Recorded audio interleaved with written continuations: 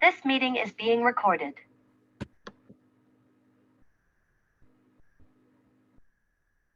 Where are your kids? They're in San Jose. Oh, I come from Saratoga, from San Jose. Yeah. What do they do there? My youngest one works at eBay, and the older one is a house husband. His wife is a vet tech, and actually both their wives are vet techs. I have one grandchild. Really? Yeah. Wow. That's expensive to live in the Santa Clara Valley. Yes. How homes are, yeah. Being a vet tech is hard work. Yeah. They are hardworking ladies. Yeah, hard physical work. Morning, everybody. Good morning, Mark. The Mary there yet, Rabbi? Mary's here. I apologize for the fact that it was a little cold, a little chilly in here, right, Mary? You would find it chilly. But we're getting there. Hey, hello, Jonah. We got Good morning. lots of good things to get to this morning, and welcoming everybody. And we're going to finish First Isaiah today, which is kind of weird because there's no marker that says you've now finished First Isaiah. But we're going to take a look at the end and probably even start Second Isaiah. But it's taken us a few weeks to finish up this last chapter, this repeated chapter, and we're still letting people in this morning and getting everybody together this morning, and of course getting ready for Passover, which starts a week from tomorrow. So it's snuck up on us. We're doing a cooking thing at our house this Sunday. Tracy is doing a cooking thing, so that should be a lot of fun. And people are doing their shopping. They're telling me what stores have good products, what stores are not, what stores are low on what. People are, by the way, if you have any problems with Ralph's stores, those ones I can help with. I can't really help with Vaughn's, or I don't know what other stores there are anymore. But if they're Ralph's stores, I can put in a request for stuff, or let people know, or find out where the better Ralph's is. Somebody asked me yesterday in Scottsdale what was the good one, and it's Fry's there. Fry's. And so they wanted where's a good Fry's for Passover stuff. So I found the one on Shea and whatever, and they said that's where they went, and it still wasn't that good. So I don't know. People are saying You don't want to go to find stuff, Fry's. but or certain stuff, I should say. But it's been crazy the last few years. They've had a lot of problems in the supply chains for matzah and those kind of foods, but also trying to figure out. You know who has good matzah is Costco. Because of COVID, people didn't have, hey, Reverend Lynn, because of COVID, some people didn't have community seders. They didn't have as many people at their seders. Yeah, I think so. Oh, no, I don't know if that was somebody else. No, we got, but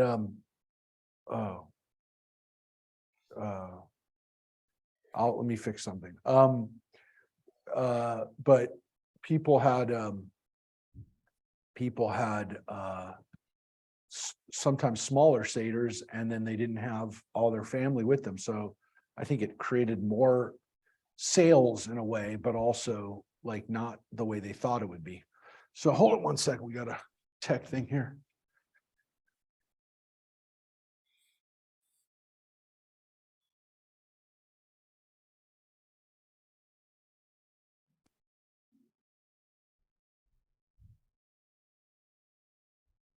So everybody can see and hear okay at home?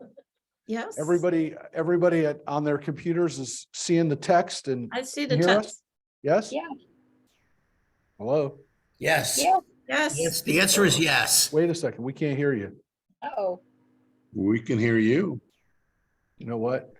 You can't hear us. Huh. We can't hear them.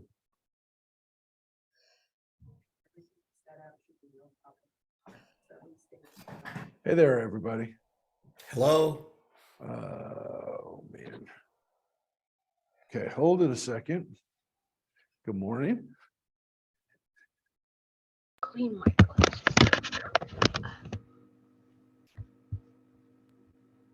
It's like Flash Gordon. This is Zarkov calling the earth.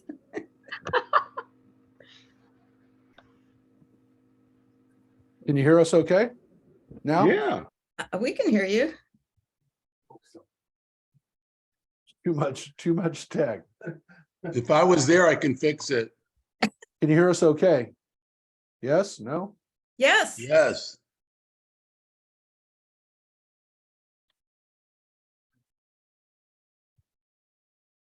All right. Okay, we heard them before. Trust me when I tell you, we had them before. So. Oh, no. So if you can hear us, we can't hear you here. 1 second. So. 1 second. Yeah, Mike texted, we can hear you, but we can't hear you. So, Mike, you told us, Mike told you that this would work today. So what are we gonna do, Mike? Text me. Mike is texting me. He said, I could fix it if I were there. But you're not. All right, hold it a second. Let me figure out how to do this. Let me try one thing. I'm using my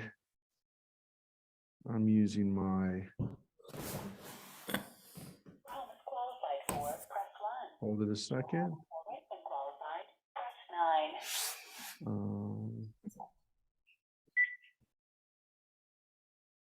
All right.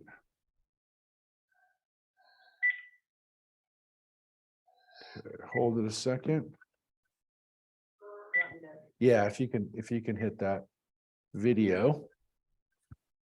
Hold it a second. So hold it. We still can't hear you. The weird thing is that they can hear me. So I don't know what speaker it is that we can't hear them on. Hold it a second. Hello. Now we can hear you, except now there's a Echo. Now can you hear me? Yeah. Yes. All right, so we're gonna fix it this way. The mic sounds okay though, right? Well, that's your wife. Oh, that's you. That's because I want to share a link to the post. All right, so you can hear us okay though, right? No echo, and now we just have to figure out how to get you on the sound. Hold it 1 sec. Let me turn. No message.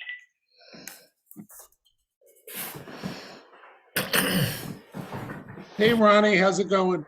Hey, Mike, how you feeling? I'm good. Good. No Band-Aid. Mazel tov, Baruch Hashem.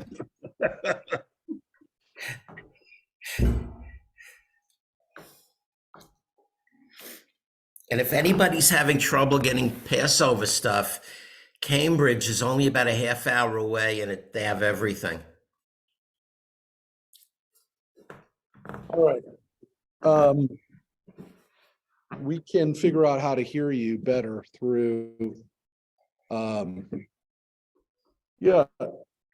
Rosemary, Yes. we're gonna hear you through this computer then. Rabbi, there is directions in the back. I know, but this has never yeah. happened before because It this has is to do with the either the video or the the video or the speaker, those two little things on the bottom. it has to be set perfectly, and it's probably not.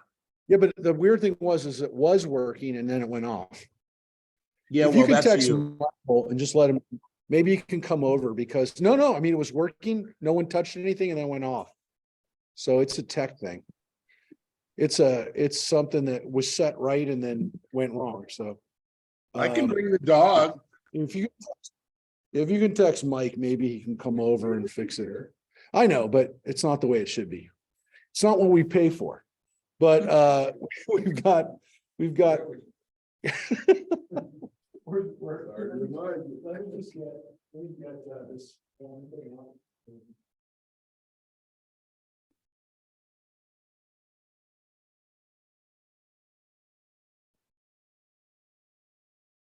All right, well, we're gonna get started before it's past, we want to get started. So I'm gonna turn it over to Rosemary. So where we left off last week, we were reading about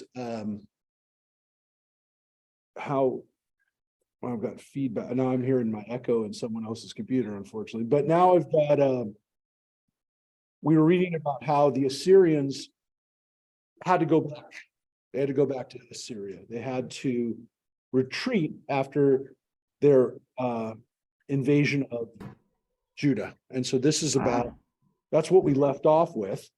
And now, again, this is a retelling of the story as we read it in Kings with slight differences. And of course, this is in the book of Isaiah. So somebody wanted to make sure that if we didn't read the book of Kings, we would get this story too, that we would get this version of it that is definitely about Isaiah. And we don't normally have narratives about the prophets in action. And this one, inside the book of Isaiah, we have these 4 chapters that tell this story, that retell this story, and are the, if you will, the end of the book of First Isaiah. So it's not a coincidence, and it's not and it was again based on the idea that someone was not going to sit there and go back and forth and read the book of Kings at the same time. And it just, again, it's a testament to how important Isaiah was during his lifetime. And we're going to say a little bit about that, the midrash on that in a moment, because this is the end of what we consider the first Isaiah. The writer who writes second Isaiah lived perhaps 150 years later. So it's a significant amount of time. I mean, you and I would go, well, one was 2,500 years ago and one was 2,700 years ago. What's the big difference? But it was a big difference, and it was a big difference back then. It was a whole different set of circumstances where, Isaiah was living during the Assyrian invasion, and the second Isaiah was written after the Babylonian destruction, or during the Babylonian destruction, which was much, much bigger of an issue. And to some extent, until the destruction of the temple by the Romans, was the most dramatic situation ever in Jewish history, since maybe the Exodus, which we can't historically even verify, but the Babylonian Rabbi, destruction was real. Yeah. I just wanted to interrupt you. Mike's on his way. All right. Thanks, Mike. So hopefully we'll figure this little thing out. But anyways, so this is a big deal. I mean, the difference of first Isaiah and second Isaiah is a big deal. If it wasn't, we wouldn't talk about it. I wouldn't share it because I don't usually talk about biblical authorship. But in this case, it really is significant. And most biblical scholars do, and even evangelical fundamentalist Christian scholars, kind of wrap their heads around a Deutero-Isaiah, what they call the second Isaiah. Most scholars don't have an issue saying that there's 2 Isaiahs, just because they're so obviously different. And so it's, I think, the one area where, I mean, Orthodox Jewish scholars are never going to say, hey, there's 2 Isaiahs, but it is a big difference. Anyways, so let's take a look. So this is the last part of the Hezekiah story, these last 2 chapters. So Rosemary, if you want to continue for us. I will. I may have to leave early today. I've got a plumbing issue. I don't know when they are going to show up. All right, thank you. In those days, Hezekiah fell dangerously ill. The prophet Isaiah, son of Amos, came to him and said to him, "Thus said the Lord, set your affairs in order, for you are going to die. You will not get well." Okay, There- and so wait, hold it a second. So Hezekiah is ill, very ill, and Isaiah comes to him and says, "You're going to die." And not only are you going to die, God said you're going to die. He's not like going, "I think you're sick, Isaiah." He says, God says you're sick. God says it's time for you to set your orders together. You're dying. That's what it says. Yep. Thereupon Hezekiah turned his face to the wall and prayed to the Lord. "Please, O Lord," he said, "remember how I have walked before you sincerely and wholeheartedly and have done what is pleasing to you." And Hezekiah wept profusely. Then the word of the Lord came to Isaiah. "Go and tell Hezekiah, thus said the Lord, the God of your father David, I have heard your prayer, I have seen your tears. I hereby add 15 years to your life. I will also rescue you and this city from the hands of the king of Assyria. I will protect this city. And this is a sign for you from the Lord, that the Lord will do the thing that he has promised." Okay, so pause right there before we see what is going to happen. This, and we saw it in Kings already. You'll remember it when we see it, this miracle.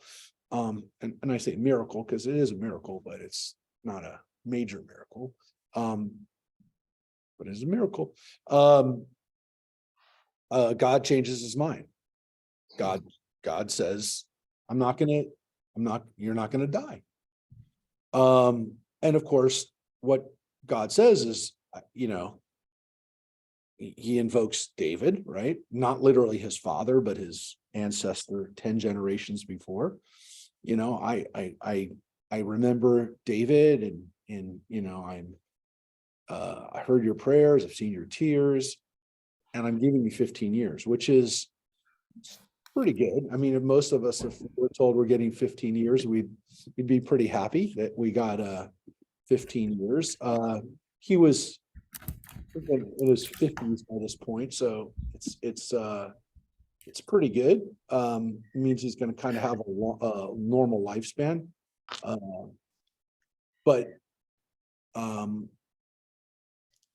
he was told that he was going to die, and not like, maybe you're going to die. God said you're going to die. So God changes his mind, which means that God can respond to prayers, which means that, can other people do this? Can other people get bonus years by praying? So Hezekiah's prayer opens up that possibility. That's one of the reasons why, people would pray for health and pray to God to have their lives extended. And whatever he did, however he did it, it worked. That's what it says. So Hezekiah's prayer is effective. It leads to the question, like, so what did he do? I mean, how do you get God to, prayer seems pretty simple. He doesn't, he basically, it's one line. Remember how I walked before you sincerely and wholeheartedly and have done what is pleasing to you. And he cries. Now, people have said, well, he prayed and he cried. And God says that. I've heard your prayer and I've seen your tears. So it's not just a matter of reciting a prayer. He pours out his heart. He cries. He doesn't hold back, right? He doesn't just say a formula. He actually, it seems as though the tears were part of the power of what he did, which was pray and put his heart into it. And the prayer that he gets, what he gets is not only his life, but it says that the city, that Jerusalem is going to also be spared, which we already heard that the king of Assyria had to go back. But the assumption here is that, and he's not coming back. And that's true. The Assyrians never came back and captured Jerusalem. So So Hezekiah got 15 years, but Jerusalem got 120 years. They got generations. They got a couple of generations of peace. It wasn't all easy because the Babylonians, started to come on the scene and things got tough and they had to make alliances and there was political chaos. We read about it at the end of the book of Kings. The Egyptians fought with them and they had to choose sides between the different empires. And if you recall, Josiah was killed by the Egyptians. The Egyptian king killed Josiah in battle, and he was a good king. That was about 80 years later. It wasn't all easy during that last period, but at least Jerusalem was spared. At least it wasn't destroyed. And so the prayer was really effective, not just for Hezekiah, but for the city of Jerusalem. And again, to some extent, it's the end of the Assyrian domination. Because if you recall, King Sennacherib went back to Assyria, and this is true. I mean, we know this from the Assyrian records. He went back to Nineveh and he was killed and he was assassinated by his own sons. And then his sons had to flee, and then his other son, Esarhaddon, became the king. But the Assyrian Empire was never the same after, and eventually the Babylonians took over. So this was pretty big. So what happens with this little miracle that happens? So here's the sign, and we read about this again in Kings, but here we have it again.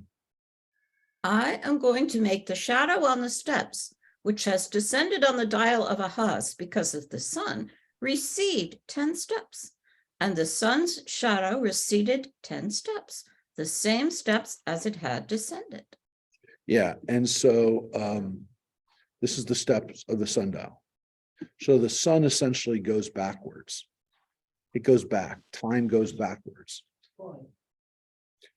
Well, it's interesting. In the other version of Kings, does anyone recall? Rosemary, do you remember what was different in that story? No, sorry. So, well, you have a good memory. That's why I asked. Anybody else remember what happened in that story, in that version? In that version, it's weird. Well, it's a weird story too, but in that story, it's even weirder, which is they ask Hezekiah, which way would you like to see it go? Which is more impressive? Seeing it go forward, or if you've seen it go backwards? And he says, seeing it go backwards. So that's what happens. He actually has a choice to see which way it goes. Yeah, and it's a miracle. It's something that can't be explained. It's supernatural. Now, people have pointed this out before, including my professor, Richard Friedman. This is the kind of miracle that by the time we get to this place in the Bible, this late in the Bible, this is the kind of miracle that we're going to get, which is not a miracle that a lot of people see. Assumedly, the only people who saw it were the people who were looking at the sundial at that moment. It's not done before a lot of people. And it's not a miracle that most people would say, oh my gosh, God, God's getting involved with human lives and he's saving us. Well, the miracle of the Assyrian army being wiped out that we read about in the last chapter seems pretty impressive, other than the fact that that's only one version of the story.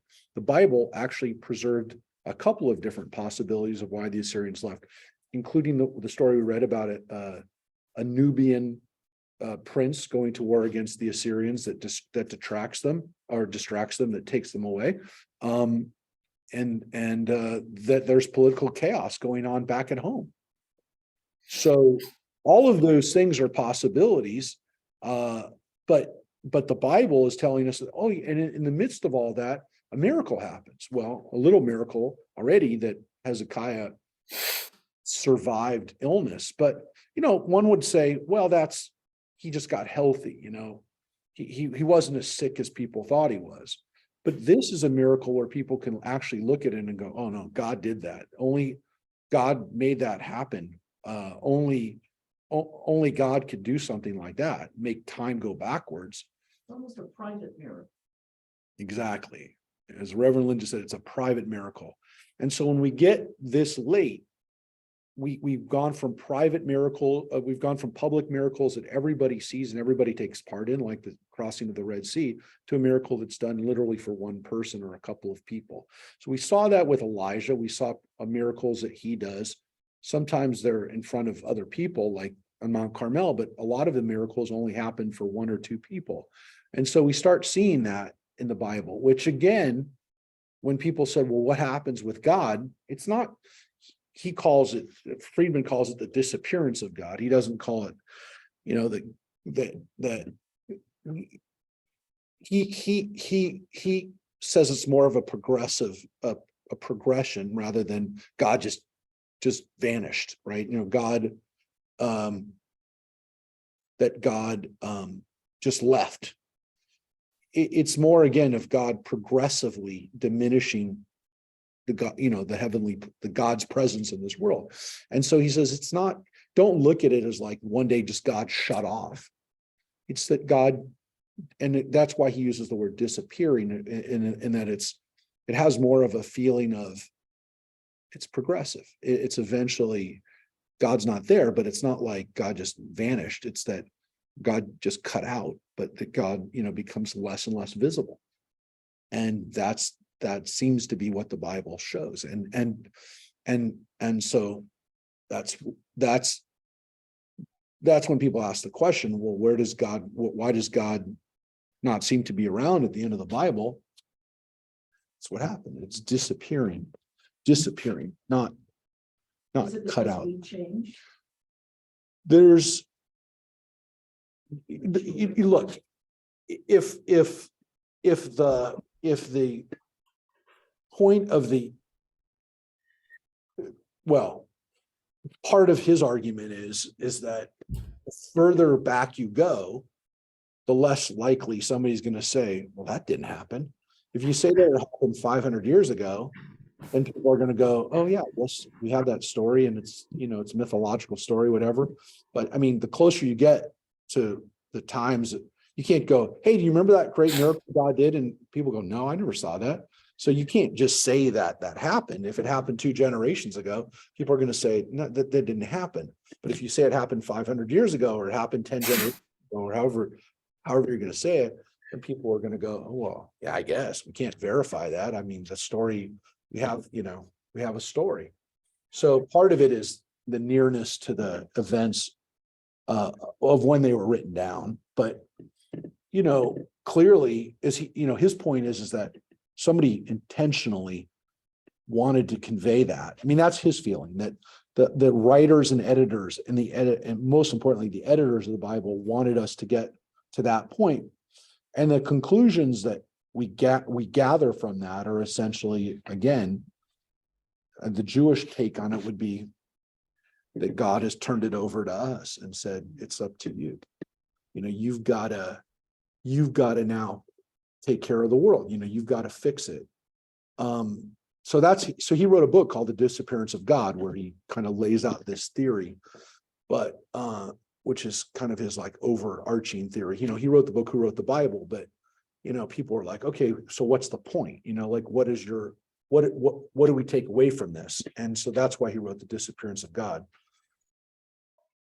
And he tied in a lot of other stuff, a lot of his other philosophy, Dostoevsky and Nietzsche and lots of other stuff that he was interested in. But he points out that, again, you know, as the miracles become more and more private, we get to a situation where, like, who can verify this miracle? It can't really be verified. But I mean, it's said here, it's done in front of the king. I mean, the king sees it. The king in the other story actually chooses the way the miracle is going to happen, and he believes it. And darn, I mean, he was just saved from death. So you don't have to convince Hezekiah of God's power, but I mean, we wouldn't know this story unless it was in the Bible. Not a lot of people would have seen it. So Hezekiah, well, let's finish this part, and then we'll talk about Hezekiah. A poem by King Hezekiah of Judah. when he recovered from the illness he had suffered.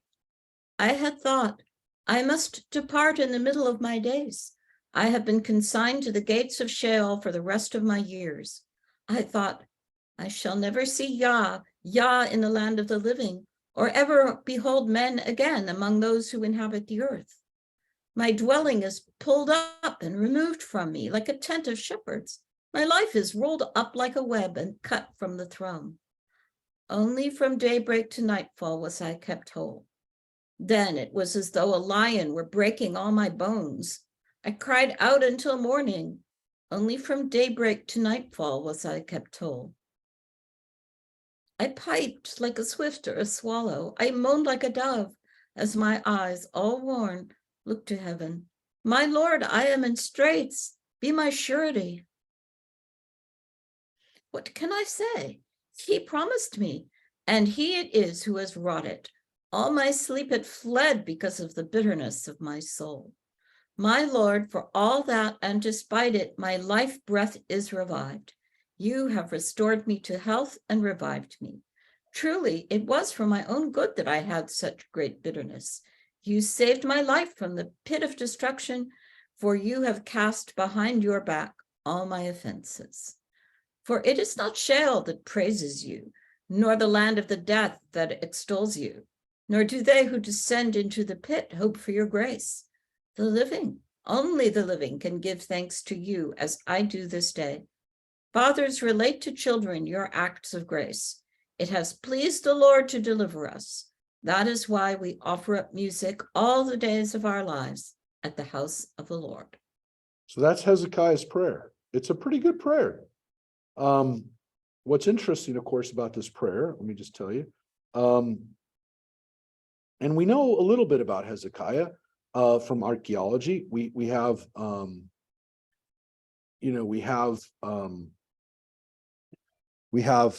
discovered a tunnel that he made, a water tunnel. We have uncovered even some seals with his name on it. He had a pretty amazing life according to the Bible. And he has this prayer, and it seems as though, interestingly, now this is the book of Isaiah, right? This is not the book of Kings. It actually, and this is where people are the question is why, to some extent, why does Hezekiah look even better in the book of Isaiah than he does in the book of Kings? Because this story is in the book of Kings, but in the book of Isaiah, he looks really, really good. And people, like the natural thought is, well, this is the book of Isaiah. Won't Isaiah look really good in this story? Isaiah is the one who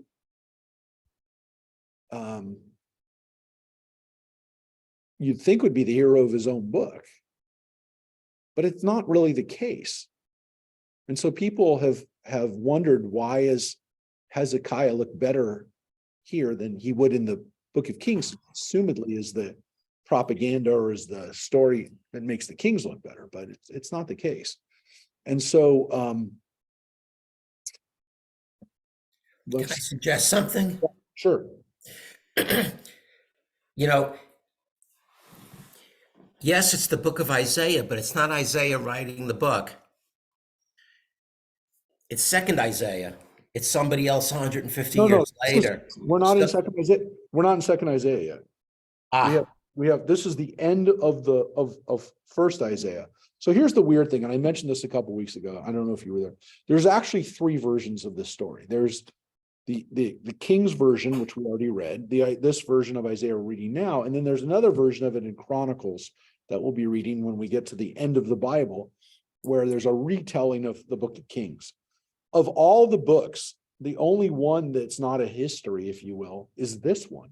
And yet in this one, it's Hezekiah is kind of if he's not the hero of the story. Look, we're going to get into Isaiah. Isaiah does some more stuff here, but in reality, he's really, he really comes across as being good. And we don't know how bad his father is. That the Bible says his father wasn't a good guy.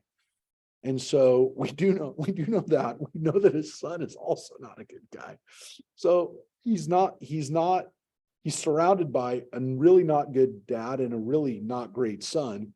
And in the meantime, he goes through this kind of well, I don't know if even a change of heart, but he gets God to help him. And it seems as though he's a good guy. I mean, it seems like he's like, for a king, he's one of the best kings. Hezekiah, Josiah, those are two of the really standout kings from King Solomon on. They really aren't great kings. Uzziah is kind of a well-respected king and seems like he was pretty good, but maybe not on the level of Hezekiah and Josiah. But there aren't many. For 400 years, we don't get a lot of standout kings from Judah, and we get some really bad ones too. But this guy seems like a pretty good guy. And again, according to the Bible, it's not like he came from necessarily great example from his father, and for whatever reason doesn't really set a very good example for his son. I will tell you that we do know.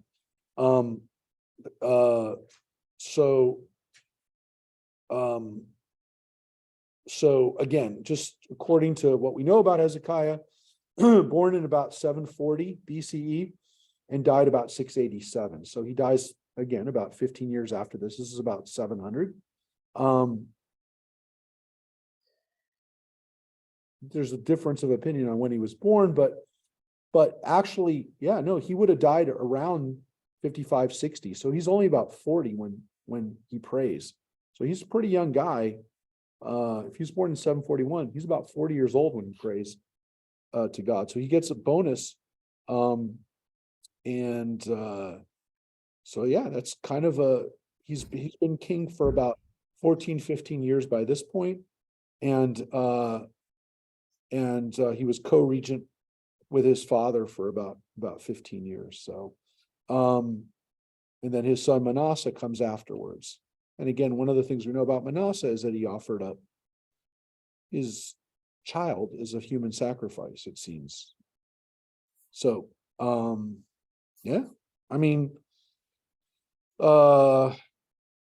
that's some of the stuff that we know. I'm just trying to see if there's anything else. No.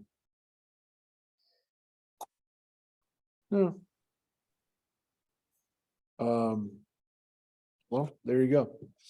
There's a midrash that, hey, Michael, there's a midrash that Hezekiah and Isaiah were in a bit of a tussle, which is why he gets sick, but in the first place. But here's Isaiah helping to cure him because, well, let's take a look at it and then we'll explain. When Isaiah said, "Let them take a cake of figs and apply it to the rash, and he will recover," Hezekiah asked, "What will be the sign that I shall go up to the house of the Lord?" So Isaiah actually talks about what kind of medical treatment is going to happen here. This is the first time we've ever heard that there was a rash involved with this illness that he has.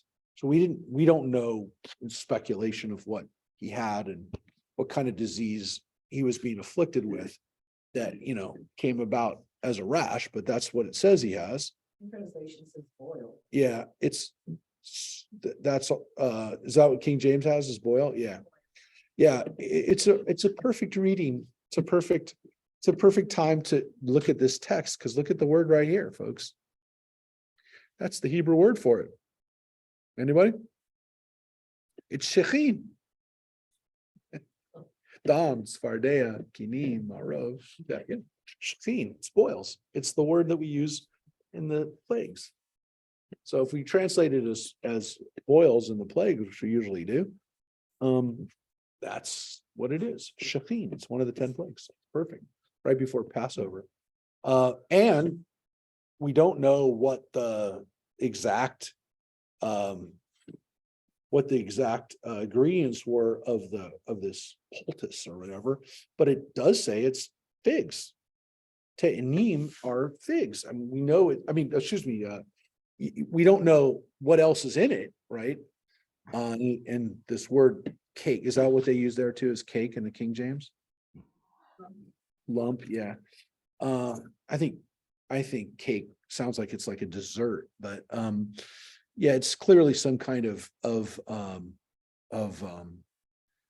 use of figs, but it doesn't say exactly what else is in it. It doesn't say it's got other stuff besides figs, but it does seem as there is some kind of boil.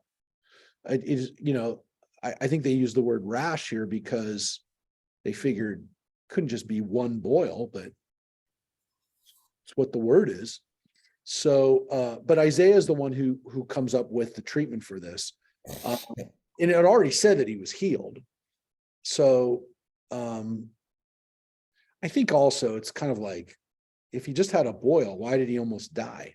So, that's why they're saying maybe he had something, it was a tumor or something else that was something that's indicative of some other, symptom of a greater illness. But look, it's definitely kind of out of order in the fact that they've now put the prayer, they put the prayer after it said that he was already healed. So we know that. I mean, it says it right here. It does say that here. So it says here when he recovered, which clearly he's not when he recovered. Michael, do you know what it is? Yeah, it was a bad wire. I'm not hearing the buzz now. But is your mic muted? Because I don't hear. Oh, yeah, I'm not hearing anything. No, yeah, I muted it, but Okay, yeah, try that. can you hear it? Yeah, can you hear it through the mic now? Yeah. Rosemary? Yes, Rosemary? I'm here. Can you hear me? I'm muted now here, but Rosemary, can you talk? I can, Yeah, we can't I'm hear them. talking. Mike. Yeah, Can you hear me? all right, sorry. Hold it a second. Thank you, Mike, for coming over. Yeah, so Michael came over to try to get us on, but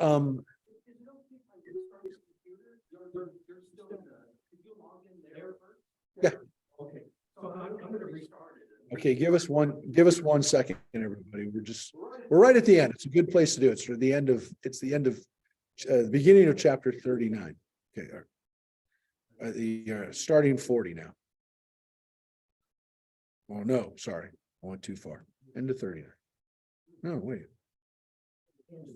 Yeah, end of 38. Yeah.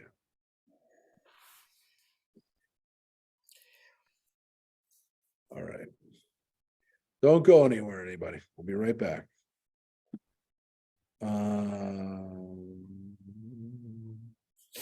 Yeah.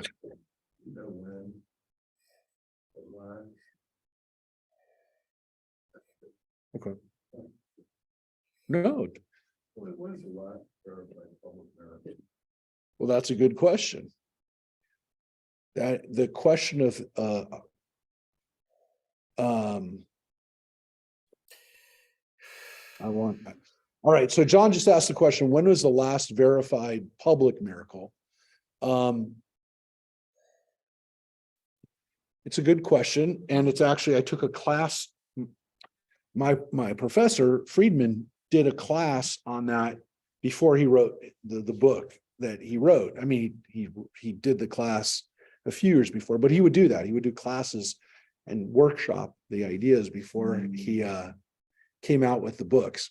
And so these last miracles that we have in the Bible, there's one problem. The book that has some miracles that are public miracles or not verifiable, but miracles that are said that they happen are written in the book of Daniel. The problem is the book of Daniel was written, according to what we know, very late, but it's set back in the time of the Babylonians. So it's set in about the 550s, 570s. So Those are the miracles that are talked about in the Bible. And specifically, those miracles are Daniel in the lion's den when he's thrown into the den of lions and he's not eaten, when his friends get thrown into the pit, to the fire pit, and they don't burn. Those are miracles that happen again, miracles that are not necessarily done for lots of people, one person, 3 people. They're not done for many people. Maybe more people would have seen them, in the sense that people would have seen that Daniel wasn't getting eaten up. So there were more people that saw it. People would have seen that, the people didn't get burned up when they went into the fire, but it wasn't done for thousands of people, but people, those are miracles that we hear that they happen. But they're written late. So somebody wrote those miracles, about those miracles, fairly late. The last miracles, or the last time that God speaks to people and people say, well, that's God spoke to them, is in at the time of the prophets Zechariah, Malachi, and Haggai. And those prophets are the last people who speak to God, and God tells them, what's going to happen. And if that's considered a miracle or not, we would say that's the end of God speaking and talking and in getting involved with people's lives in a supernatural way. And so that would be about 2,300, 2,400 years ago. So that would be the last time that the Jewish people said, hey, God got involved with people miraculously. The Talmud does have stories of God interfering, but only as a voice, only as what they call the bat kol. What's interesting about those stories is that when they happen, the rabbis essentially tell God, you're not allowed to get involved with us anymore. You promised that you were going to let us now deal with this stuff. I will tell you this. I think there's a tendency in the Bible to say that miracles on a public level don't really happen after Moses. There are, you talk about, the Battle of Jericho and things like that seem to be miraculous. The sea does part, not the sea, the river of Jordan does part for Joshua. But I think there's a sense that once the people, Recording in progress. sorry.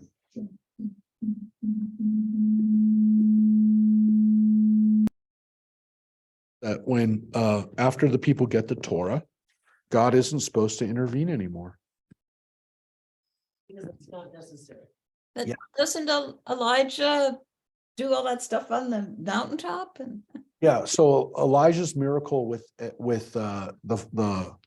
the offering being taken up is a public miracle, right? And so that would have happened, hundreds of years after Moses. But the sun stands for Gideon.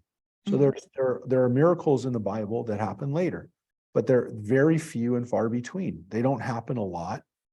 And as we said, they happen before gradually less and less, smaller and smaller group of people. And the miracles, and so again, this was the incentive, looking at the fact that overall the miracles become eventually, they're not even they're only done for 1 or 2 people. So we're working now, Michael. It's all working. We're good. Thank you. So yeah, it is an issue. And Friedman wrote essentially in The Disappearance of God that Christianity turned that upside down. They basically, they came with an answer that no, God is going to get involved one more time with Jesus. And so that was the answer that, as the rabbis were grappling with this question, as the temple was being destroyed, and God clearly wasn't going to get involved. The rabbis who wrote the Talmud basically are saying God doesn't get involved anymore. Hey, if God would get involved, wouldn't God stop the Romans from destroying us?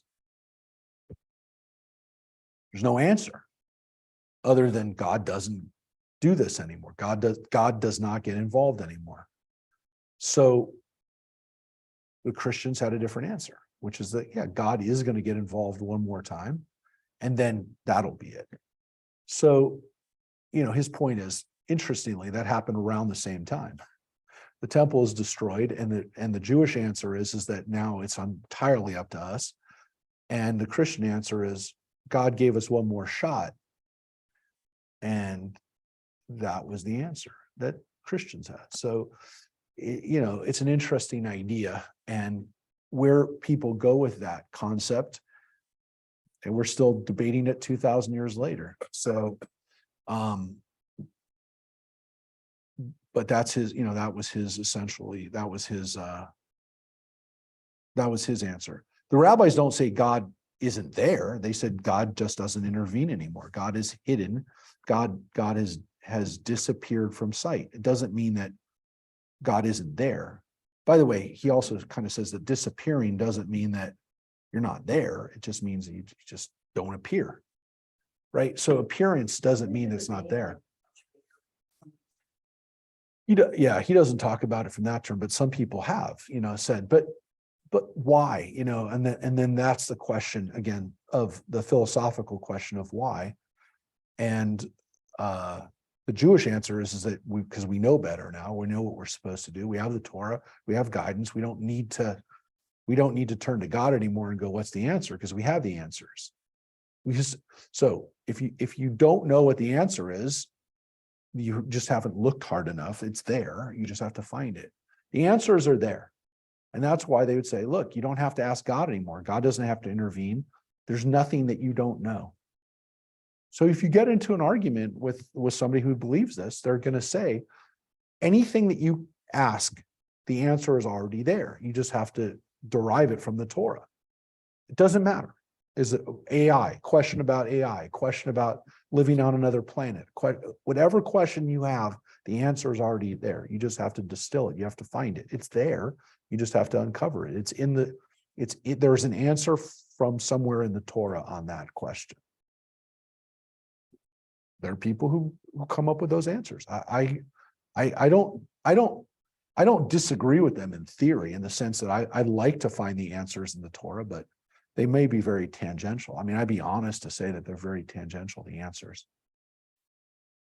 They're very tangential. But I've had these arguments. I mean, if I've sat with Orthodox rabbis and said, are space shuttle tiles in the Torah? And they say, yes, absolutely. You just have to find, the way of connecting it. I mean, they won't say it like that. I'm saying it like that. And they said, yes, it's absolutely in the Torah.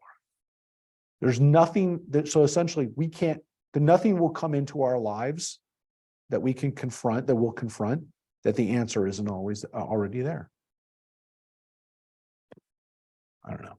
I mean, to some extent, it's not really, it makes sense because human beings haven't fundamentally changed that much. I mean, it's the same, we have the same reactions. I mean, the technology changes, but we don't, we haven't changed yet. Anyways, so let's take a look at this other part of the story, this last part of the story, which is also in the book of Kings, which is Hezekiah's stupidity. Why am I saying that? Well, you'll remember when we read this story. At that time, Merodach-Baladan, son of Baladan, the king of Babylon, sent envoys with a letter and a gift to Hezekiah, for he had heard about his illness and recovery. Hezekiah was pleased by their coming, and he showed them his treasure house, the silver, the gold, the spices, and the fragrant oil, and all his armory and everything that was to be found in his storehouses. There was nothing in his palace or in all his realm that Hezekiah did not show them. Then the prophet Isaiah came to Hezekiah. What, he demanded of him, did those men say to you?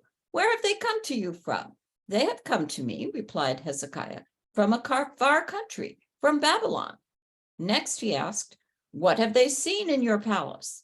And Hezekiah replied, they have seen everything there is in my palace. There was nothing in my storehouses that I did not show them.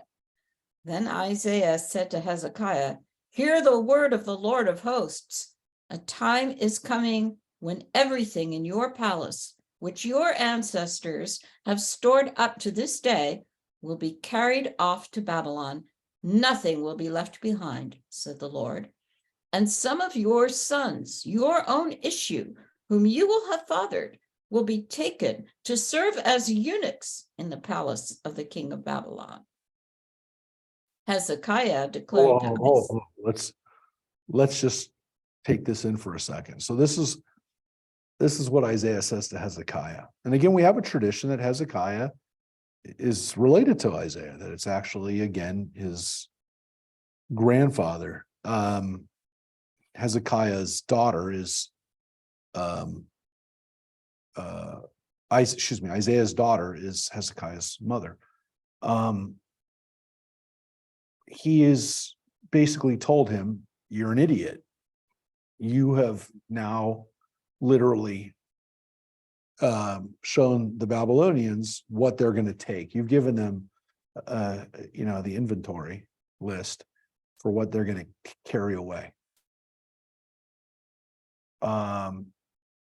It's interesting, of course, that this is the end of First Isaiah, because Second Isaiah was written after this is happening or happened. There's definitely a feeling here that Hezekiah, for all of his goodness, and again, there's a midrash that Hezekiah was supposed to be the Messiah. He was almost there, but there's still an arrogance to him. There's still this thing missing from him that David had, but he doesn't have, which is an understanding that you gotta think about the future. You got to think about the consequences of your actions. And he doesn't seem to think that, right? And you'll see that pretty clear. Look, it's not just that your treasure is going to get taken away, that all this stuff, and by the way, what does it say? Your ancestors have stored up to this day. This isn't your wealth. I mean, some of it's your wealth, but a lot of this has been stored up since the time of King David. This is stuff that, and they've had to pay bribes. We've read about how they've gone into the storehouse and they paid off the Assyrians. They paid off other people. I mean, they paid off the Egyptians. Or they will pay off the Egyptians. There's times when that money goes up and down, but there's a sense that this is also stuff that you inherited. This is your inheritance. And the future is that your descendants will be carried off and they will become eunuchs. I mean, that's what it says. Sarisim that's not translated as anything other than, well, I shouldn't say anything. People could say that it could say, what does your translation say, Mary? Eunuch? Yeah. It's almost always used as a eunuch. I guess you could say it could also be attendant or courtier, but it's a eunuch. It's a different word than courtier. And so they're going to have their manhood chopped off. And think about the phrase that he uses, right? He's essentially saying to him, your descendants, the children that come from you, that's the words, the children that come from you, the sons that come from you, that you've given birth to, they will have the inability to have children in the future. Oh. Yeah. Well,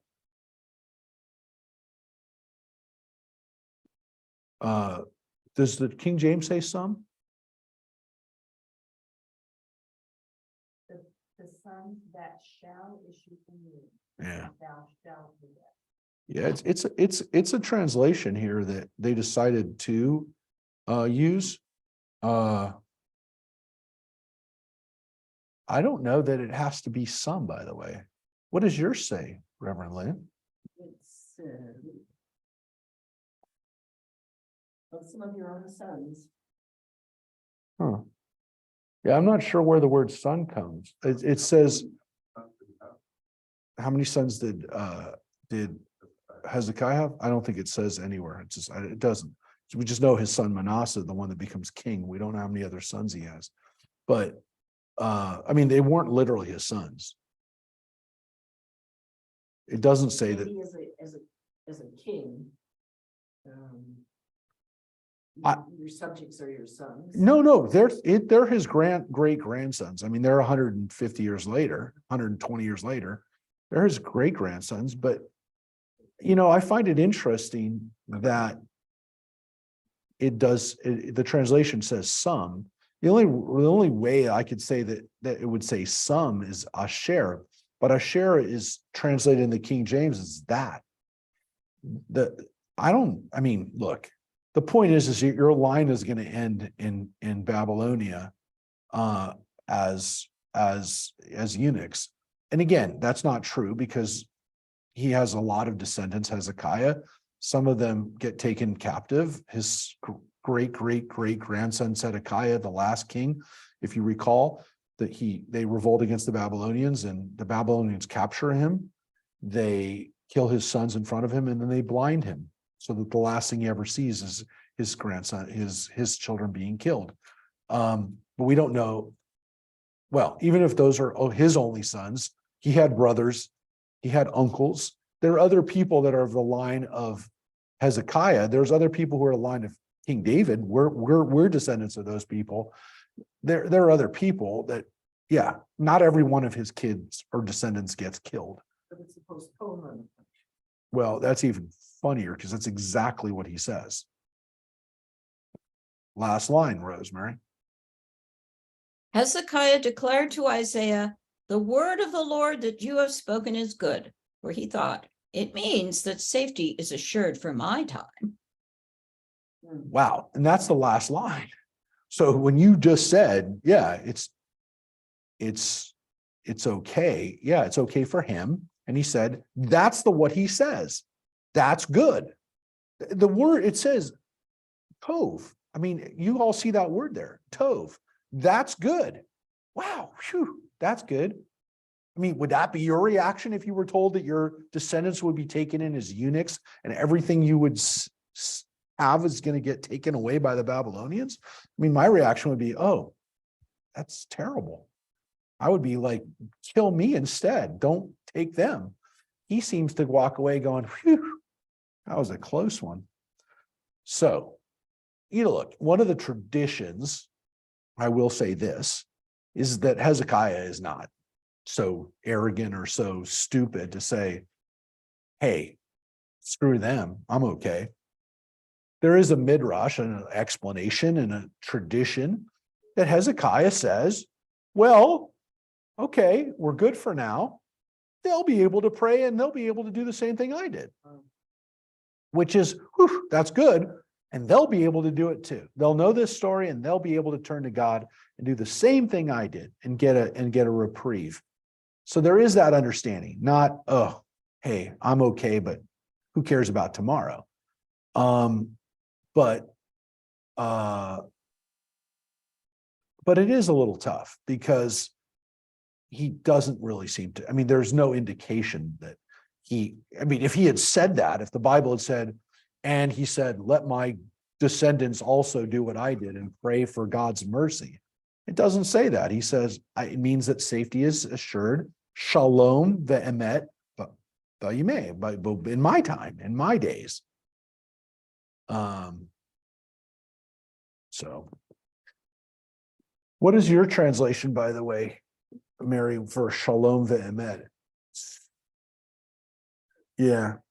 Yeah, they didn't, this isn't translated and Reverend Lynn, you probably have truth in there too, right? No? Security. Oh, okay. So they translated as peace and security, huh? So here they wrote just safety is assured. I'm sure they have like a little note here that safety and faithfulness. The word emet means truth, right? So safety, security, truth, good, good stuff. Shalom ve'emet. That's a good thing. But again, he recognizes that it's only in my days. He doesn't say, and they'll figure it out later. I mean, that would be great if he had said that. He doesn't. So it's not really I mean, what kind of happy ending is that? So that's the end of First Isaiah. And it's also the end of the story of Hezekiah and Isaiah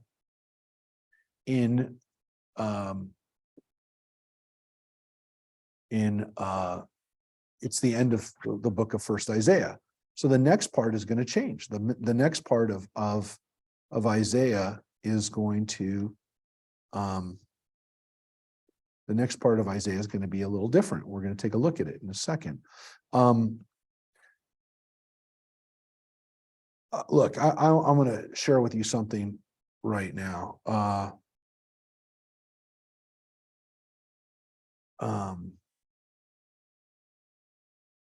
This is the end of Isaiah's narrative. This is the end of, there is an interesting midrash about Isaiah's. I'm going to share it with you because we've kind of reached this, part of the story that, this is the end of Isaiah inserting himself, or again, having any kind of narrative about his life. But I'm going to show you,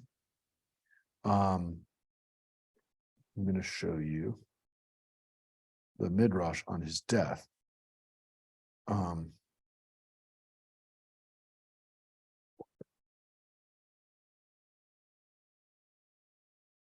So here's the midrash about Isaiah's death. So it's related in the Talmud that Shimon ben Azai found in Jerusalem an account wherein it was written that King Manasseh killed Isaiah, right? So Hezekiah's own son killed him. Here's what it says. King Manasseh said to Isaiah, Moses, your master, said, no man may see God and live, but you've said, I saw the Lord seated upon a throne. That's what Isaiah said back in chapter 6. And he went on to point other contradictions as between Deuteronomy and Isaiah 40, between Exodus 33 and Kings. And Isaiah thought, I know that he will not accept my explanations. Why should I increase his guilt? He then uttered the tetragrammaton, which is the name of God. A cedar tree opened and Isaiah disappeared within it. King Manasseh ordered the cedar tree to be sawn asunder, to be sawed. And when he reached his mouth, Isaiah died. Thus he was punished for saying, I dwell in the midst of a people of unclean lips. Why? Because, again, if you look, note 58, well, that's the note. It's one of the things that Isaiah says during his prophecies, that I live amongst a people of unclean lips. And what happens? He ends up getting sawed at where his lips were. A somewhat different version of this legend is given in the Jerusalem Talmud. According to that version, Isaiah, fearing King Manasseh, hid himself in a cedar tree, but his presence was betrayed by the fringes of a garment, and King Manasseh caused the tree to be sawn in half. A passage of the Targum to be quoted by in Isaiah states that Isaiah fled from the pursuers, took refuge in the tree, and the tree was sawn in half. The prophet's blood spurted forth. So there's a Christian tradition that this happened as well. And that is the story of Isaiah's death. Where does this even come from? It comes from this idea that we're about to read in 2nd Isaiah of what we call the suffering servant. And there is a very important connection here between Christianity and Judaism when it comes to the suffering that goes on by somebody, whether it's Isaiah, whether it's Jesus later on, whether it's somebody else who lives during the time of Isaiah. But this idea that Isaiah was martyred is really important in the rabbinic text, and it is somewhat connected to the Jesus stories that we have as well. And so the interesting thing about Isaiah is that he is a figure that we really don't know what happens to him after this story. But the rabbis seem to be pretty much in agreement that he does not meet a very good end. That being said, let's jump into second Isaiah, to the second part of Isaiah, which this is the part of Isaiah that we're much more familiar with.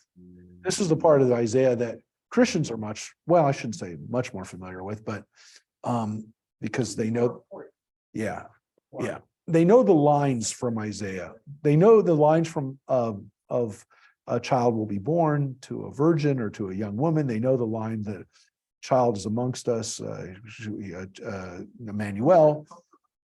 But this part is the parts that, these are the lines that people actually know. These are the lines that actually people quote. These are the lines that people are inspired by. These are the lines that make up the Haftarot in almost every week during the summer. We read Isaiah this last week as the Haftarah for the beginning of Leviticus that we just started in the weekly Parsha. Isaiah is quoted throughout the Haftarot, and almost all of them are from second Isaiah. These are the ones that we know. So this is the Haftarah for Yom Kippur, comes from Isaiah chapter 57. So we have so many of the Shabbases. Here's, I'm going to show you, this is a little thing that you can see. In the summer, we have a long series of Haftarot that come from this book. They're called the Shiva Dechamta, the 7 weeks of consolation. They begin with Shabbos following Tisha B'Av. We call it Shabbat Nachamu. This Shabbos actually receives its name from the Haftarah, which begins, Nachamu, Nachamu Ami. Be comforted, my people. This comes from Isaiah chapter 40, which is read as the Haftarah for Parshat Ve'etchanan.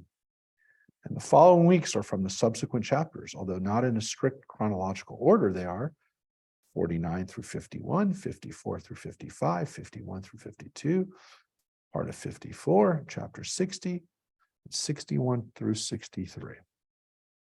And here it says, this is, the Christian scholars are the ones who put it on, but what does it say here? Unlike the most Haftarot, the 7 weeks of consolation do not relate to the content of the weekly Torah reading. They are meant to comfort Klal Yisrael for the sadness of 3 weeks commemorating the destruction of Jerusalem and the 2 temples.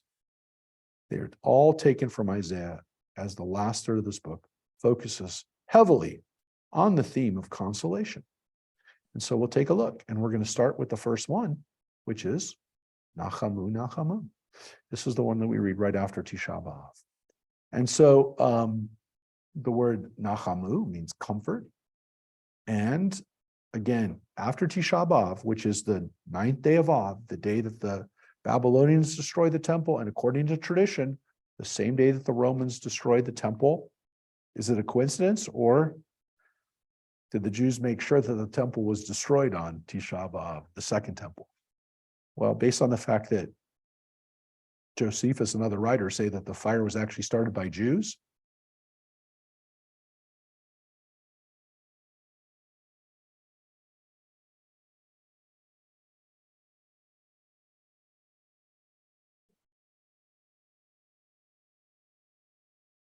We freeze. Mark. Oh, Mark.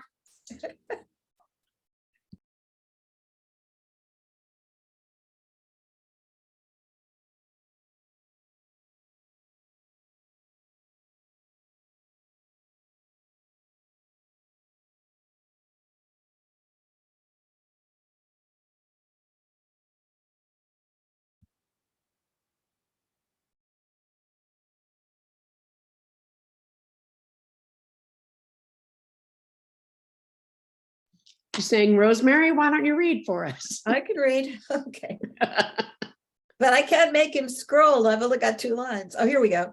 Comfort, oh, comfort my people, says your God.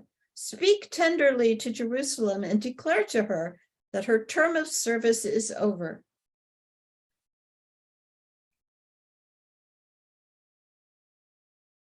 Take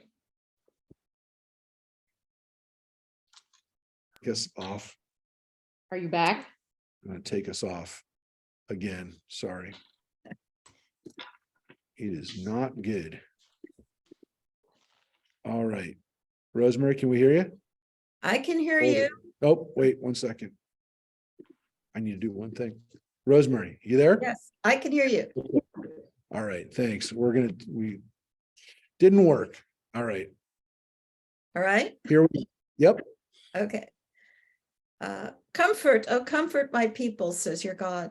Speak tenderly to Jerusalem and declare to her that her term of service is over, that her iniquity is expiated, for she has received at the hand of the Lord double for all her sins. Guess what? We can't, I'm not being able to move the text here either. Oh. So, Michael, if you can text them one more time to come back, it's not working. Sorry. They're frozen too. Yeah. Are you frozen, Rosemary? I'm not frozen. I can, No, we just, the last line I can read is, voice rings out. I see you scrolling, Rabbi. I know, but the people here can't see it. Uh, The computer here got whacked again. All right. Just, You know what? You might want to try just to restart the computer. I will, but if you can text them back and tell them. it didn't I work. did. Okay, Not my thanks. job, though. Thanks. All right, he's gonna come I back. quit, by the way. All right, here we go. Keep going. Speak tenderly to Jerusalem and declare to her that her term of service is over, that her iniquity is expiated, for she has received at the hand of the Lord double for all her sins. A voice rings out, clear in the desert, a road for the Lord, level in the wilderness, a highway for our God. Let every valley be raised, every hill and mount made low. Let the rugged ground become level, and the ridges become a plain. The presence of the Lord shall appear, and all flesh as one shall behold, for the Lord himself has spoken. A voice rings out, proclaim. Another asks, what shall I proclaim? All flesh is grass, all its goodness, like flowers of the field. Grass withers, flowers fade when the breath of the Lord blows on them. Indeed, man is but grass. Grass withers, flowers fade, but the word of our God is always fulfilled. Yeah, now it's a beautiful phrase. It's a beautiful idea. It's a heavy idea. You know, man is but grass. It's also very poetic. It's Much very more so than poetic. First Isaiah. Exactly. And so the language is obviously flowing in a way where, again, the first Isaiah does make references to nature, does make references to the mountains and grasses and things like that. But here there's a different tone to it. There's a different feeling to it. And there's a different style, right? There's a different way that this lays out. It's not simply repeating the biblical phrase of saying a line and then repeating it. So it's a different style. It also seems to have a whole different feeling to it, which is, well, something happened and now everything else is going to be okay. I mean, the line that tells us that is the line that says, the term of her service is over, that her iniquity is expiated, for she has received at the hand of the Lord double for all her sins. She's been punished. The punishments happened.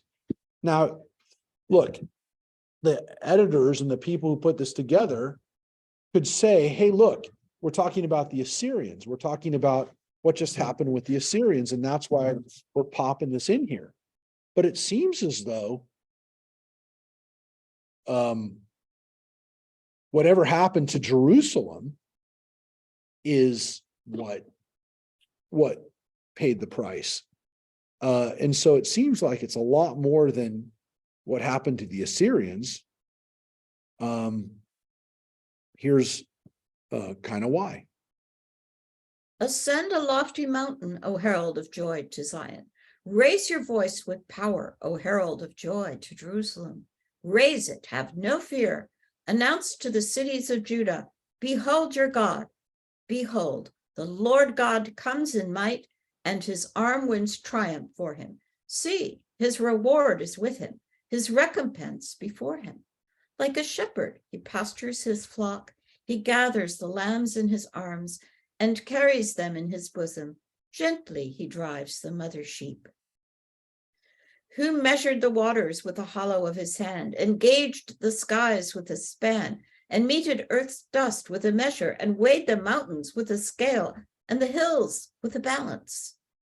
Who has plumbed the mind of the Lord? What man could tell him his plan? Whom did he consult, and who taught him, guided him in the way of right? Who guided him in knowledge, and showed him the path of wisdom? The nations are but a drop in the bucket, reckoned as dust on a balance. The very coastlands he lifts like motes.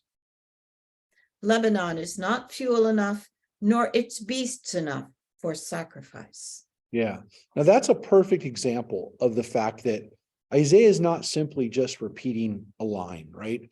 He doesn't say the mountains of Lebanon or Lebanon isn't fuel enough. He's talking about the trees of the Lebanon. If you burned all the trees of Lebanon, it wouldn't be enough. Its beasts wouldn't be enough for sacrifice for God. They're nothing. Like, God is so much bigger than all of this that even the biggest things you can think of aren't enough for God. And so it's a beautiful line, and it's not simply just repeating the things that was in the first half of that clause. This is building on it and kind of amplifying it rather than repeating it in different words, using synonyms. I mean, look, that's hard to do. I mean, I'm not saying the first one is stupid. It's very hard to do. You know, the first time that form appears. it's the first time we've seen it. The question of how old the Psalms are is, you know, if some of the Psalms are older than this, which it's possible that they are, then there are works like that. And so biblical poetry, and again, to think about the developments of biblical poetry and where they come from, there's big arguments over where these things come from. But if there's a stage of biblical poetry that this represents, hundreds of years later, yeah, it's very possible that people have developed and they're going in a slightly different direction, and they're using different styles. I mean, it would be no different than if you said, well, I understand that it's still rock music, but hip hop sounds a little different, right? It's using some different styles and different lyrics, and it's maybe all music that you could hear on the radio, but it's different music. People would look at this and go, oh yeah, I know it's different. It's not like they didn't know, but if it was hundreds and hundreds of years later, the people who wrote the first version wouldn't go, oh, they wouldn't know. They wouldn't know that there'd be a later version of this stuff. So all I want to tell you is it's very obvious that it's a different author. It's very obvious that it's a different style. And it's very obvious that it's a different motivation. Whereas again, this prophet doesn't seem to be concerned at all with telling people, you got to fix your behavior. Well, there will be some of that. Don't get me wrong. There will be that in 2nd Isaiah, but not always. And in this case, this is more of a praise of God and thanking God for kind of ending the suffering. And Jerusalem paid the price. Correct. And Jerusalem seems to have paid the That's what price. Jesus did. Yes. And Jerusalem, and what's really important about this is that at least by the time of first Isaiah, Jerusalem hadn't paid the price. Jerusalem wasn't even laid siege to. The king of Assyria said, I'm going to destroy it. I'm going to lay siege, but he never does. So this definitely seems like it's about Jerusalem. Again, for Christians later on, it's about Jesus. And so everybody looks at second Isaiah and goes, oh, this is great. This is great stuff. But it's based on, oh, something really big happened. The temple was destroyed, and now God's going to forgive us. Everybody knows that Isaiah was used for that purpose, because that's why we read it.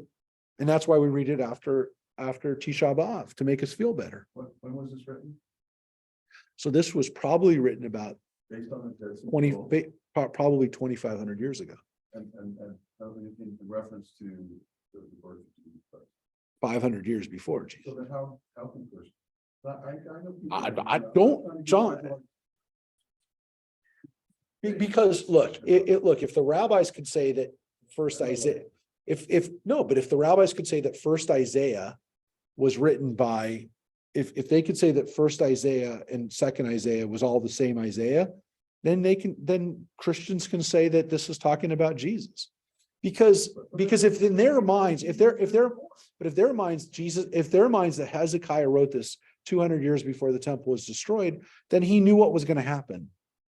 And he gives us this, Isaiah gives us this as I know it's going to happen. In progress.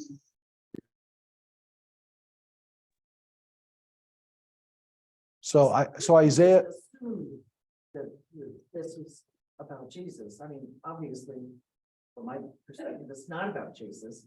But the early church said this is obviously Jesus. It's something. but rabbis were doing the same thing. All I'm saying is that as much as Christians, early Christians said this applied to Jesus, they had no issue saying it applied. They had no issue saying that these words would apply. Yeah, 200 years later. So if a person's a prophet, they know what's going to happen, and so anything's possible. Is he talking about something that happened 200 years later, 700 years later? This is, look, people. Yeah, and people still use the argument that both Christians and Jews, that 2,000 years later or 2,500 years later, that the words still apply today, right? So Jews would say, oh, when Isaiah says other stuff we're going to get to, it applies still today. So people will say, is Isaiah speaking about one? See, that's the thing. Like what you're asking about is something that a lot of people say is, well, okay, he said it was going to happen and it happened. Ticked off. We did it. It's done. Jews would also say, yeah, but just because it was done once doesn't mean it's not going to be done again. And I think that's where like we would say, well, does the prophecy apply to something that happened? And it happened, and you move on now. Give us a new prophecy. But because God's not giving us more prophecy, we got to keep mining the same sources for a prophecy. And Christians essentially had the same issue, which is, if it's not in the Hebrew Bible, where is it? And that's why the Christians kept the Hebrew Bible. If it wasn't for Isaiah, you can make the argument the whole Hebrew Bible may not have been kept, because Isaiah was so important for Christian scholars to say, well, Isaiah was talking about Jesus, that they had to keep it. Otherwise, there's no context for Jesus fulfilling these prophecies. What are they even talking about? So, and again, a lot of it was from second Isaiah. Some of them we said was from first Isaiah, but It never occurred to me before until just now. I mean, maybe I just missed the boat, but the atonement theory is laid right here. I just never occurred to me. I don't know why. well, this is why Isaiah, this is what he's doing it because he wants to comfort the people with the idea that they've paid the price. And that's a critical issue, because if they've paid the price, do they have to pay the price again? Christians would say, well, yeah, I mean, that's what Jesus did. He paid the price for everybody, I mean, I guess that you could say that's the difference, is that Jesus pays the price for everybody, Christian, Jewish, Gentile, whatever. Everybody now is atoned for. The rabbis would say, yeah, but the second temple wasn't destroyed for the same reasons that the second temple was destroyed for our sins, not for against each other, not for God, not because we weren't worshiping God right. We were worshiping God fine. We were only offering sacrifices to God.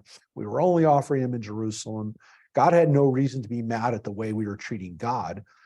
God had a problem with the way we were treating each other. So that's what the rabbi said. The rabbi said wasn't the same situation. So, but Isaiah still can comfort us. So so God's much bigger than all this, and we're back in. So thank you, Michael. Working again. So let's read. To whom then can you liken God? What form compared to him? The idol? A woodworker shaped it, and a smith overlaid it with gold, forging links of silver. As a gift, he chooses the mulberry, a wood that does not rot, then seeks a skillful woodworker to make a firm idol that will not topple. Do you not know? Have you not heard? Have you not been told from the very first? Have you not discerned how the earth was founded? It is he who is enthroned above the vault of the earth, so that its inhabitants seem as grasshoppers, who spread out the skies like gauze, stretch them out like a tent to dwell in. He brings potentates to naught, makes rulers of the earth as nothing. Hardly are they planted, hardly are they sown.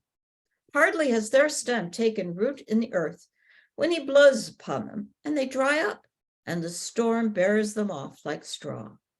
Yeah, and this is again telling us even kings, even the most powerful people, are like the grass, or they're like flowers. They're like a plant. The grasshopper is a that's an interesting one. Yeah.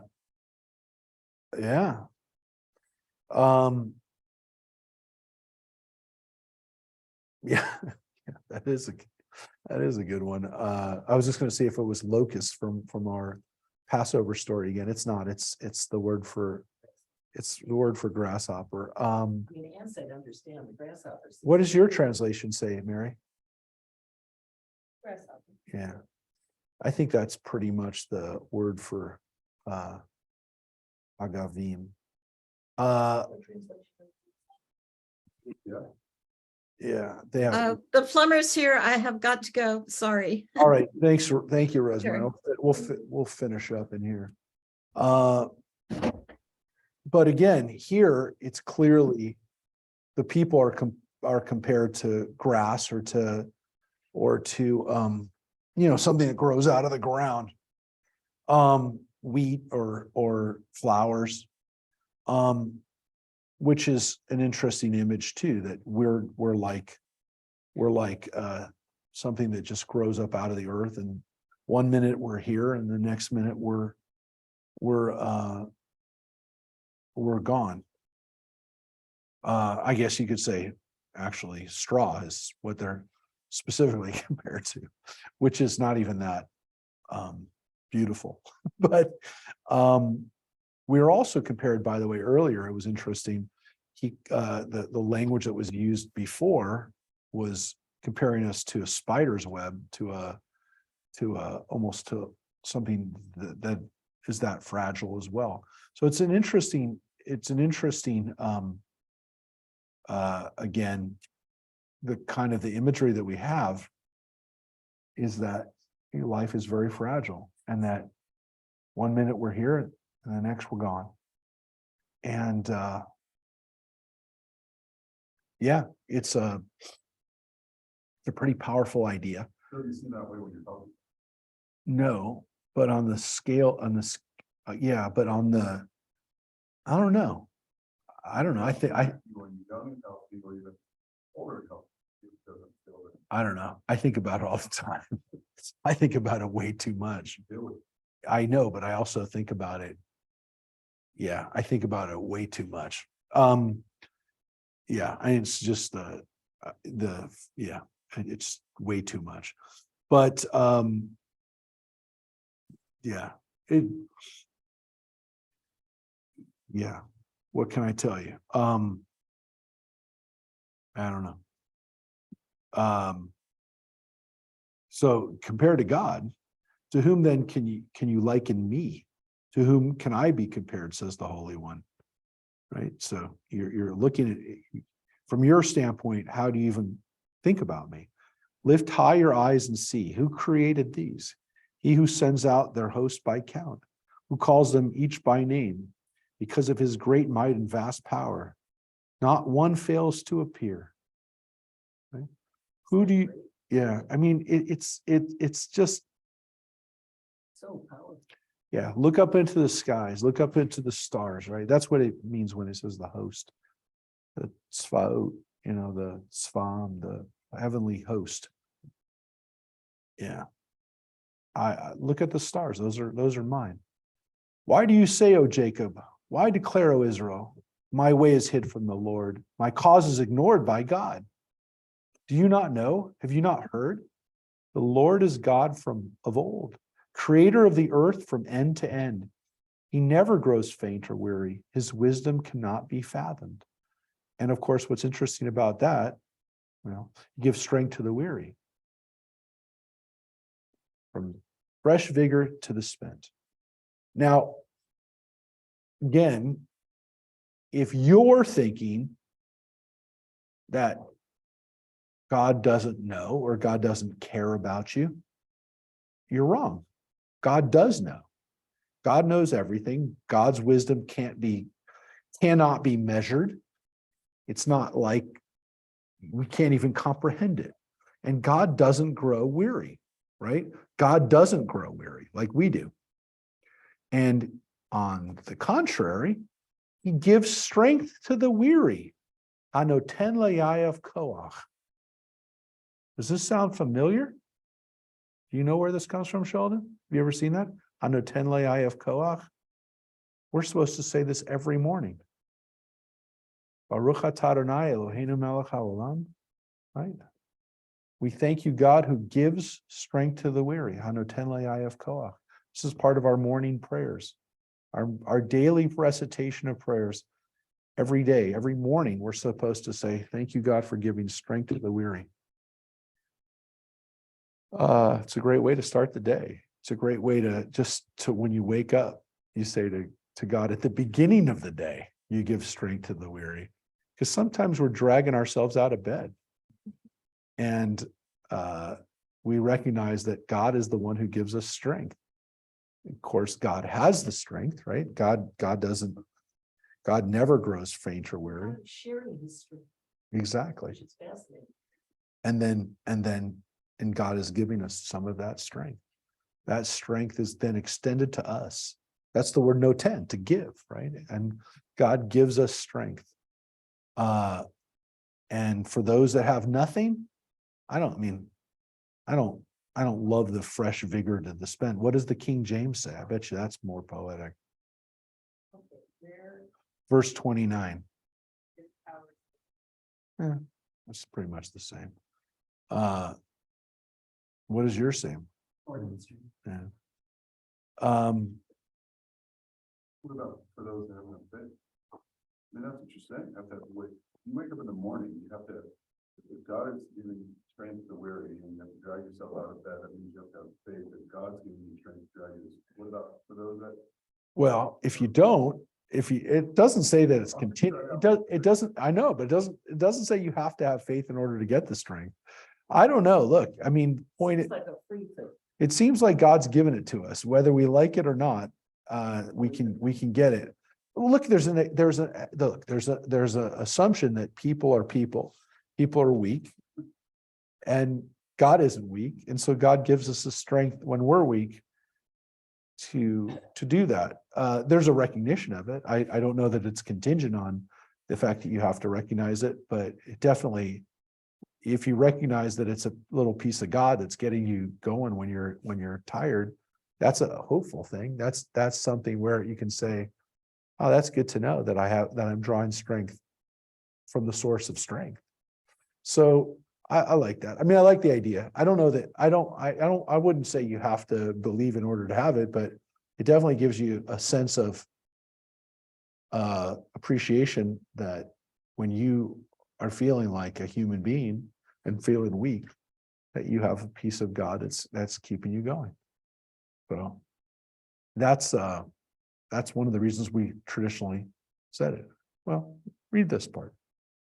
Youth may grow faint and weary, and young men may stumble and fall. But they who trust, and there's John's point, they who trust in the Lord shall renew their strength. As eagles grow new plumes, they shall run and not grow weary. They shall march and not get faint. Look, all these lines are famous. I just want to tell you, like, that's good. Well, that's the word that is used. It is. Well, what does yours, Mary, say for they that trust in the Lord? Wait on the Lord. What's yours say? There's another one. I bet you coming. What is yours? Line 31. They who wait for the Lord shall renew their strength. Okay. They shall mount up on wings of Eagles, yeah. That's a much better line. So, yeah, trust is. I have that quote in my Eagle room. Yeah, I was just going to say. So Mike has it he has a room of eagles, right? This is one of the very famous lines about eagles in the Bible. Nesharim, that they shall have wings like eagles, right? There's so much here in this line that's beautiful. The wait on the Lord, the word is.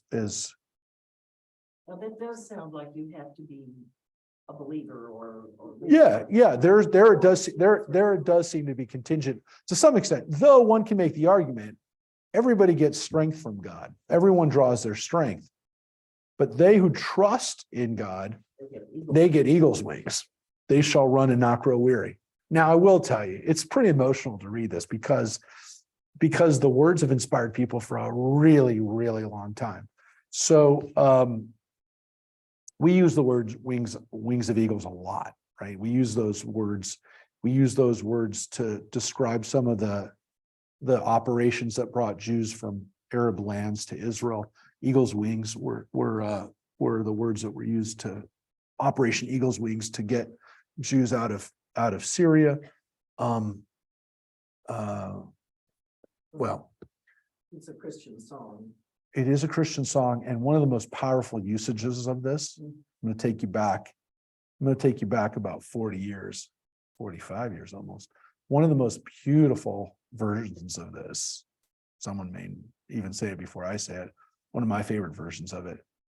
I'm tearing up as I'm even seeing it because it was such a beautiful movie when it came out. It still is a good movie. It's Chariots of Fire. And there's a scene where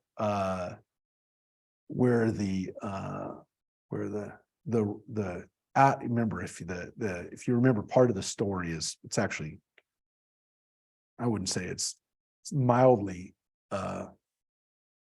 so it's Harold Abrahams versus and the other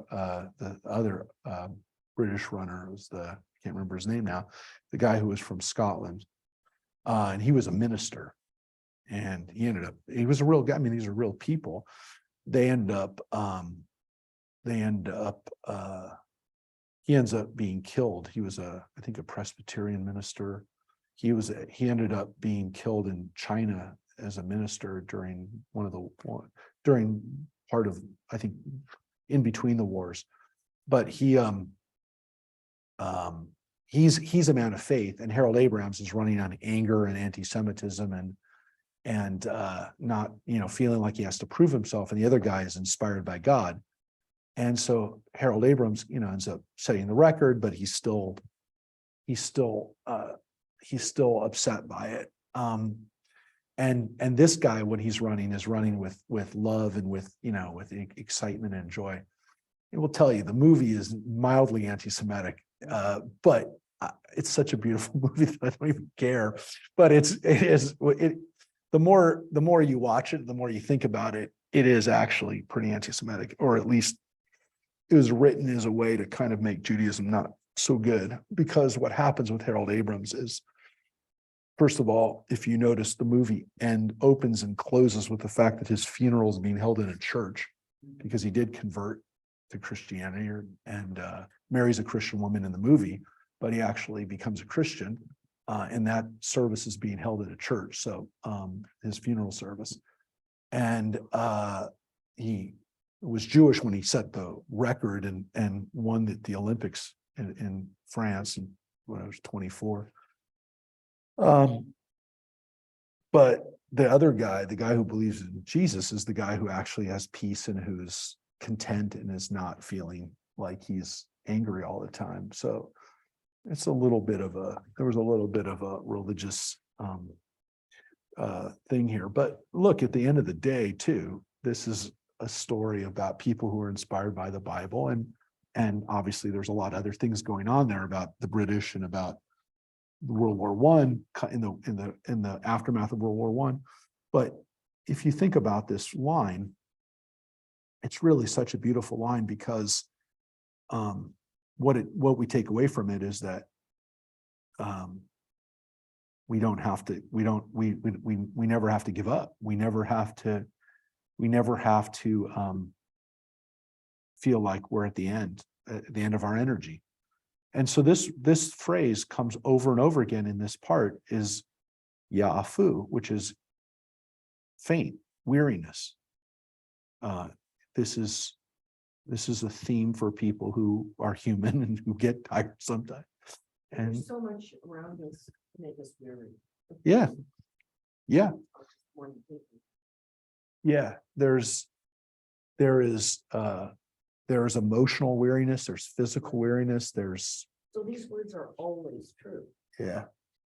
No, listen, I'm crying a little bit now because I am weary, but I will tell you that this idea that no matter how hard we can work, we can get that energy back. And to have that trust, or to have that patience. I like either one. I think I actually don't like, I like both, but as far as what translation or what the base of this word is, the kovi, this is the root for the word tikva, to hope. So that's why trust is not a bad translation necessarily, though the word emet, truth is oftentimes the word that we use for trust. But to wait on or to have hope is also a sense of not just trust, but patience, right? It's that it's not here necessarily now, Hope sort of is projected into the future. Exactly. And that's what I like about it, which I think trust seems to be, sometimes trust is like immediate. It's like in the now, in the moment, like, oh, it's there, you just don't see it. I think this is somewhat, you may not have it now. It may not be here now, but it will be. And so if you have hope and if you have trust in the future, that's why trust is fine, but there also should be this understanding that it may not be immediate. It's not necessarily going to come tomorrow. But the interpretation is totally different. The trust means something's already been there, and so you're believing in it's there. Wait means it's not here, and you're waiting for. What are you waiting for? You're waiting because you believe it's going to happen. You don't have to have it now. You're getting out of bed, right? Yeah. Based on what you said, it's implied, right? That it's in you. So what are you waiting for? You're not waiting. You're trusting that it's there. Yeah, but but that's why this is a whole different level of faith, right? This is a level of faith that it doesn't have to, like, it may not be here now. It may not have been here yesterday, but it will be here. It was here. Well, there, And it didn't For- do a very good job, because if you wake up. in the For morning, s- you're weary. for some people, again, It's not a okay. very good thing. So for some people, right, for some people, that's what they've gotten. And maybe it's enough and maybe it's not enough. But if it's going to get better, that means that means that there's a level to this that it still hasn't even been realized yet. And that's what I kind of hope for, is I hope, look, it's not a matter of hoping that one day I get to retire. It's the hope that one day, I'm going to wake up and I'm not going to be afraid, that I'm not going to be worried about what I read about, that I'm not going to wake up and say, what happened yesterday in Ukraine or whatever, what did some crazy person in America do? What did some person what did some politician say that's going to embarrass me? Like what? I don't have to worry. No, I'm going to pass hoping that people will get better. I'll know that, like you said, clearly we haven't gotten there yet. So if I say that the best has already happened, then I'm looking backwards and I'm looking, well, why isn't it happening now? But if I say, yeah, it's going to happen, it's going to get better, then I know that I can at least hope that we haven't reached our best yet. Look, I like the idea of projecting this to the future. I don't, I can get strength. I think I can make the argument that I can get more strength knowing that the future will be better than to say, well, it happened before and it hasn't happened yet, or I'm waiting for it to happen again. I like the idea that the best is still to come, right? That if we wait, if we have a little bit of patience, if we have a little bit of hope that it's going to get better, then it will get better, and that there is a way to rise up. Because if you think about it, if you're running for the understanding that if you keep going, right? If you're running and not growing weary because you know that it's going to get better somewhere down the line, then you know that we're moving the thing along. I'd like to think we're moving the thing along. I mean, I like to. Engaged in the race. How could you not be faithful? But how could you not see that there is something you're heading toward? I don't. Cain and Abel couldn't even get one. If you're not. Come on. Exactly. Let's just be- No, exactly. Come on. No, that's What no. it is. Okay, that's important because they're Cain and Abel. So that's exactly, I would say that's the point. That the Torah actually teaches us the lesson that the best was not in the past. You see, in the ancient world, people did say, oh, the people who lived thousands of years ago were much better and stronger and smarter and nicer, more powerful than we are. The Bible actually turned that on its head, which is that no, the better part is still to come. And that's the book, The Gift of the Jews, that Thomas Cahill wrote, a non-Jew wrote, which is that the Jews actually gave us a vision of the future. And this is where Isaiah, especially second Isaiah, is so powerful, is he gives us a vision of the future. Not that like there'll be a kid who'll be born, who'll be good. That's first Isaiah. Second Isaiah is actually that each person has that ability to have hope that tomorrow will be better. And that's why second Isaiah is so powerful. That's why we read second Isaiah all the time. And that's why we use it for our prayers. And that's why we use it for our Haftarot. Excuse me, Mark. Yeah. I think there's another level to this whole worldview. So much of Isaiah talks about the widows and orphans and vulnerable. And part of the message isn't just about the nation and the future of the nation. It's that if you trust in God and you happen to be one of these vulnerable people, you're going to be okay. Well, that's my point, Ronnie, that the word trust, that's right, you have to have trust. But it's not just a trust that what happened before is It's going to more happen. than trust, it's faith. Faith. And the faith isn't something that you haven't seen yet. It's not just an individual thing. I mean, it's a collective thing. Well, I've been reading a little farther, the coast lands. we haven't seen it yet. You're absolutely right. It is a collective, there is a collective faith.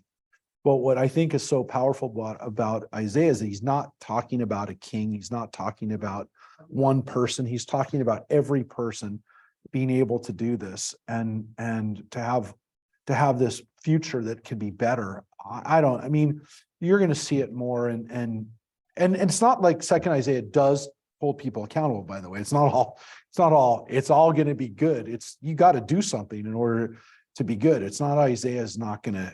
Second Isaiah does have some pretty tough parts. It's not faith in God also means acting in a faithful way, in a godly way. There's definitely going to be parts of Second Isaiah that we're going to see the parts in Second Isaiah where it's like, you better get your act together and you better do the right thing. But there is this understanding, Reverend Lynn just said it, it's going to be collective, but it also, it's just so amazing that this is the Haftarah that we read right after Tisha B'Av to get us ready for Rosh Hashanah and Yom Kippur, which is, the road ahead is going to be tough. It's summertime, by the way, too. So a lot of times we get tired in the summer, we're getting exhausted. It gets hot, we're harvesting, our ancestors, harvested during this time, not this time, during the summer, and they planted during this time and are harvesting later, but they were tired, and people would also at this time of year probably say, I'm tired, but I don't have to give up. I'm not going to give up. There's something better out there. So I like this idea. Again, Mike and Mary get to see it in their house, every time they go in, right?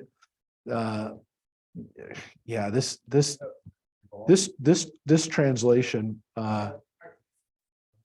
that I want to just show you this one note before we go, that when eagles molt, when they get new feathers, they actually get to be younger again. That's what this note here is. And again, there's a reading of this in Psalms too, that when eagles get new wings, when they molt and their wings come back, it's like they're reborn. But it's essentially that people get to have that too. So that's nice. Here's Psalm 103. It says, well, let me just see where this. Did I go past it already? This is from Psalm 103.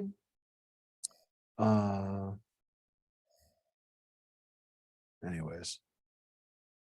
Well, don't you have this too in your house? Don't you have this in your house, Mike? I don't know. No, we don't. No, that's the one Right I here. don't have. Right. He satisfies you with good things in the prime of your life, so that your youth is renewed like the eagles. So there you go. The eagles get a new set of wings and they're ready to go. And people get those too. All right, folks, whether you have to have faith or trust, I guess I hope you have both. I hope you have both, but we'll next week we'll see you right before Passover as we start getting ready for Passover. And I promise you, every week we're going to read a line in Second Isaiah that you'll either know or you should know. But yeah, if you want to go back and watch Chariots of Fire and see that scene where he's running, and anyone who's ever had a runner's high or ever felt like they, had that joy from running or from exercising or whatever, that's kind of special too. I fell asleep in that movie. Okay. Well. But there's really pretty. It's a really pretty movie, especially if you like the English countryside. All you saw was running. All right, everybody, take care. Mark, can I ask you something real quick? Yes, sure. I'm looking for a Haggadah that is like full of hope and strength. Do you know of one that is simple or offhand? Ralph's. I will Haggadah.